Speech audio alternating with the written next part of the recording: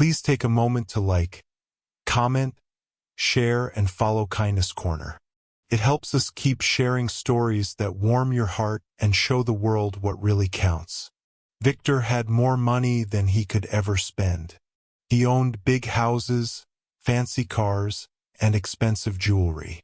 But all his money could not fix one thing. His daughter Arya could not speak. He tried everything he could think of. He brought in the best doctors from around the world. He filled their big house with special machines and treatments. But day after day, Arya still could not say a word. She could only use her hands to show what she meant, draw pictures, and look at people with her bright eyes that seemed full of things she wanted to say but couldn't. Arya's mother had died when Arya was just 3 years old. This made Victor want to help his daughter even more. He hated when family members looked at them with sad faces. He did not like hearing people whisper about them at parties. Most of all, it broke his heart to see his child point to her throat and shake her head when other kids were singing, laughing, and playing together. One day, Victor's car stopped in the town square. He had to go to a business meeting. Arya sat in the back seat, looking out through the dark window glass.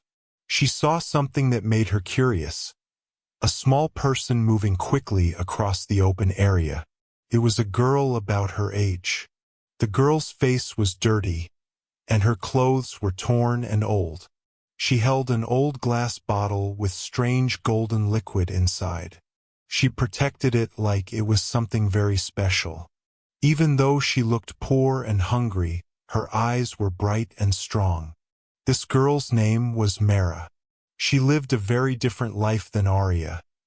She was hungry, poor, and most people did not notice her. Arya put her hand on the window. She felt drawn to this girl in a way she could not explain. It was like something was telling her this meeting was meant to happen. Later that evening, Victor went into an important building to finish another business deal. Arya pulled on the driver's shirt and pointed outside. With her eyes, she showed that she wanted to get out of the car. For the first time, Victor said yes. Arya walked toward the fountain in the square. There she saw Mara on her knees, putting a few drops from her special bottle into the water before taking a drink. Mara saw Arya's shiny hair and clean dress. She knew right away that Arya came from a rich family, a world that Mara would never be part of. But when Arya slowly came closer, Mara did not run away. Instead, she held up the bottle with a serious look that seemed too grown up for such a young girl.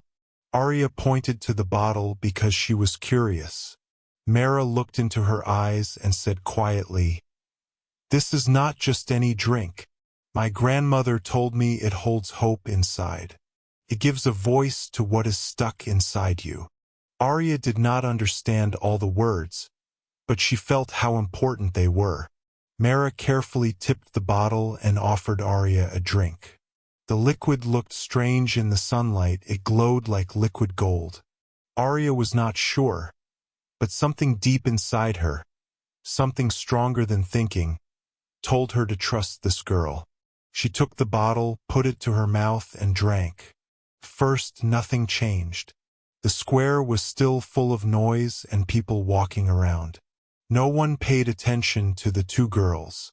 But then Arya felt a burning feeling in her throat. Her chest felt tight, like something that had been trapped for a long time was trying to get out. She grabbed her neck and breathed hard. Mara reached out, worried that she had done something wrong. Then it happened. A sound came out.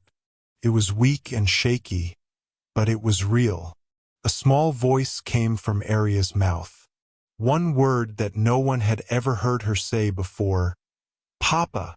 Victor had just come out of the building across the square. He could not believe what he heard. His daughter's voice, after all these years, was floating through the air. He dropped his work bag and ran to her with tears in his eyes.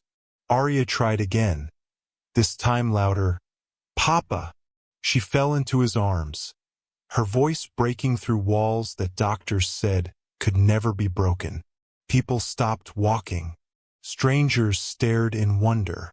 But right then, only 3 people mattered: Arya, her father, and the mystery girl who had given her this amazing gift. Victor looked at Mara. For the first time in his life, this proud rich man got down on his knees in front of someone who had nothing. He asked who she was, but Mara just smiled softly. Someone who knew her voice was never really gone. It was just waiting. Victor tried to give Mara money. He offered her lots of cash and promised to give her a better life. But Mara shook her head. "I did not do this for money. I did it because no child should have to live without hope."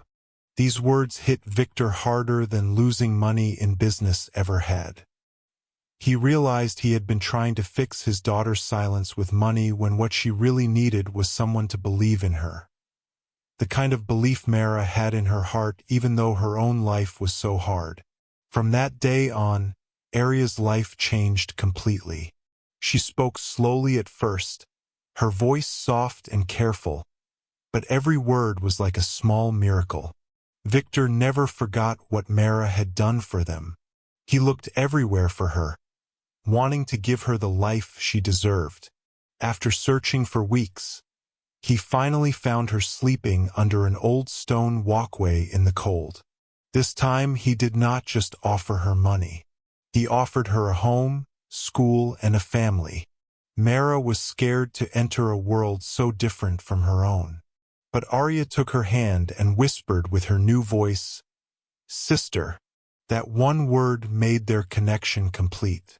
2 girls from completely different worlds became best friends. Arya's laughter filled rooms that had been quiet for so long, and Mara's kindness brought light to parts of the big house that had never felt warm before. Victor learned that real wealth was not in gold or big buildings, but in caring for others, in miracles that come from believing, and in voices that speak up when we dare to believe in things that seem impossible.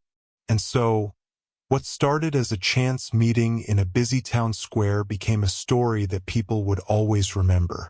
A story about a girl who could not speak, a magical drink, and a stranger whose kindness unlocked not just a voice, but a whole new future. If this story touched your heart, please like, share, and follow Kindness Corner. When you support us, you help us share more stories about hope, miracles, and second chances.